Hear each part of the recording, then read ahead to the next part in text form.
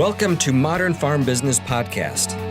This podcast is designed to help the farm leader bring their business to the next level. We'll cover everything from leadership and finance to strategy and planning. I'm your host, Dean Hefta.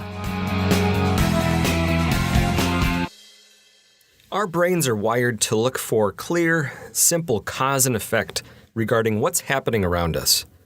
If our baseball team is losing, it must be the manager's fault. If we have an accident, immediately we look for who's to blame. And if my business is making money, well, it has to be because I'm gifted at business. You see, our brain's desire to understand can lead us to oversimplifying the factors that contribute to our successes and to our failures. As leaders, it's important for us to recognize this because effective leading requires a clear understanding of the world around us and the problems that we have to address. We need to be able to apply systems thinking to our organization, be it our farm, our school, or church. Everything has a system that's at work. So what is a system? A system is simply a set of connected things that work together for some specific outcome. There's always a system at work, but usually the system isn't documented and it hasn't come about because we sat down and said, let's create a system. Think about getting ready to start your day. You have a system, right?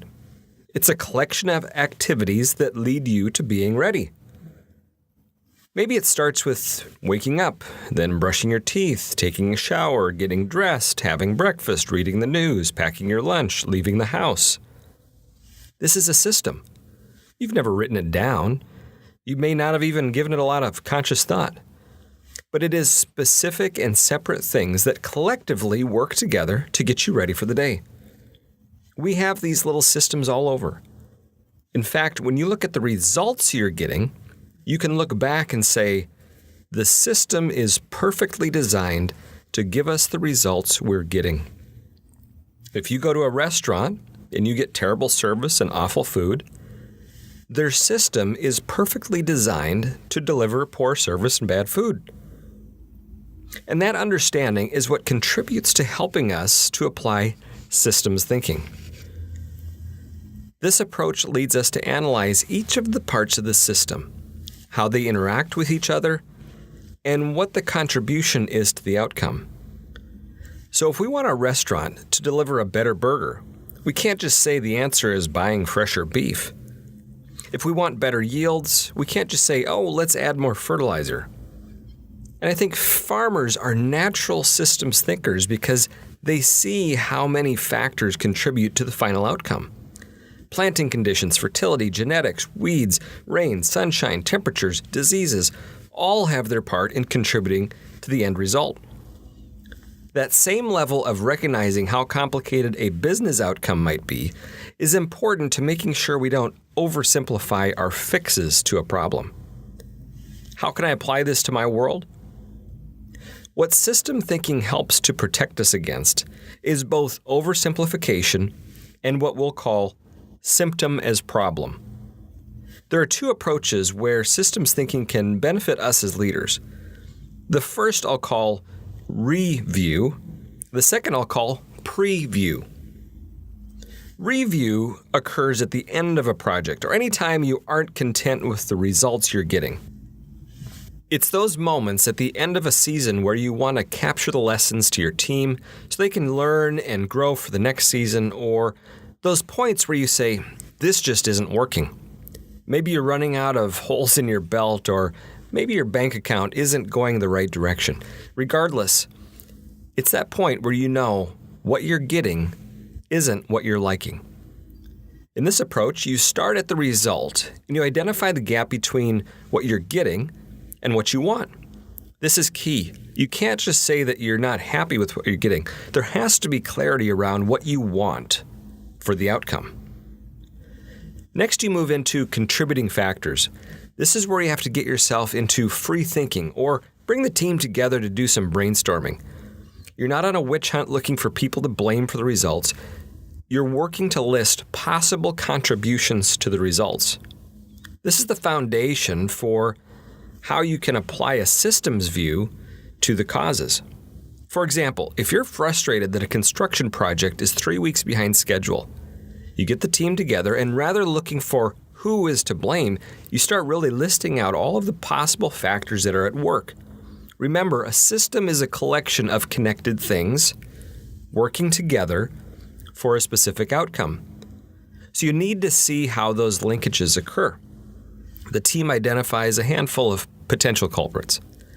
The list grows with things like equipment breakdowns, being down to employees, weather, not having a tool that would be helpful on the project, and maybe waiting for the electrician to show up.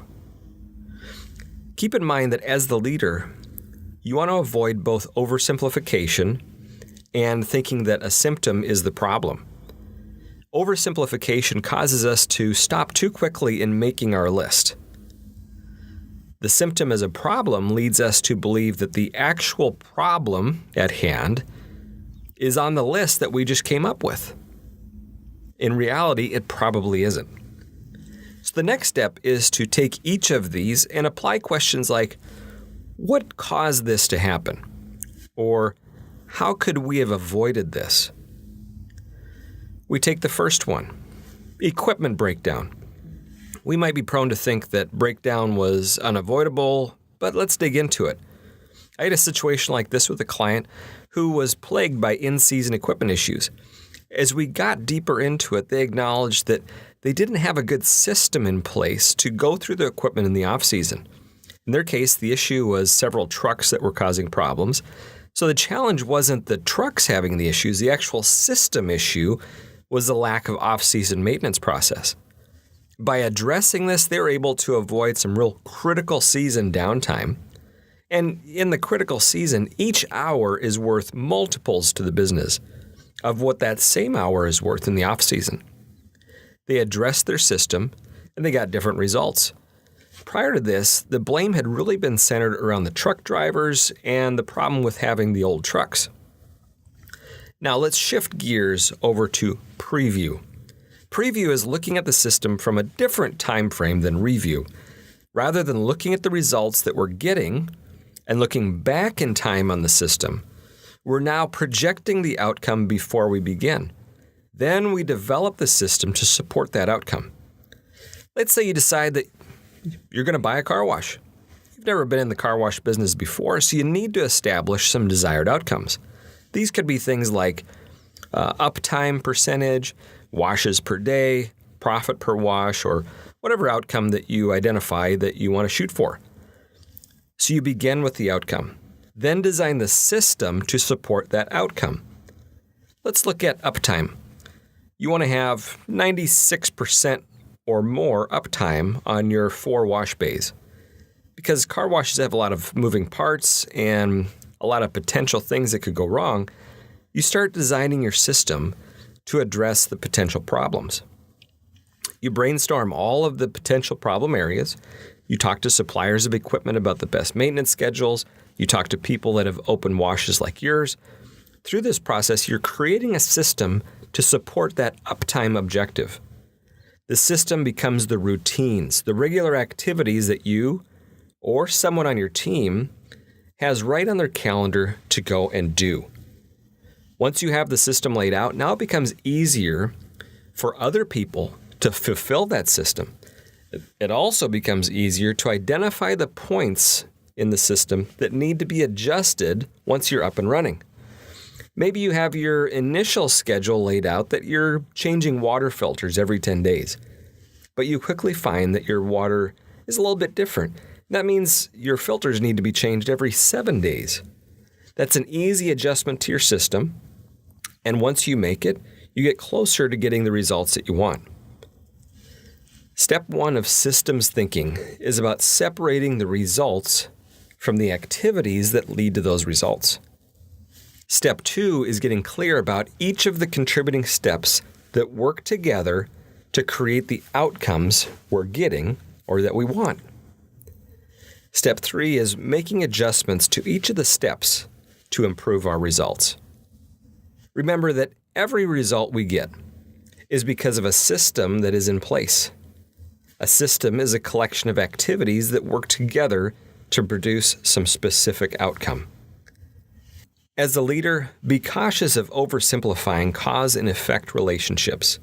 And be curious enough to be sure the first problem you run into isn't actually just a symptom of the real issue. Here's a challenge for you. In your world, identify a couple of outcomes, one you're happy with and one you're not so happy with. Sit down with a piece of paper and try to write out the system that contributes to each of them, the key steps, and look for ways to simplify and improve how you go about getting those outcomes. Thanks for joining me today on this episode, and thank you to Water Street Solutions for supporting this program.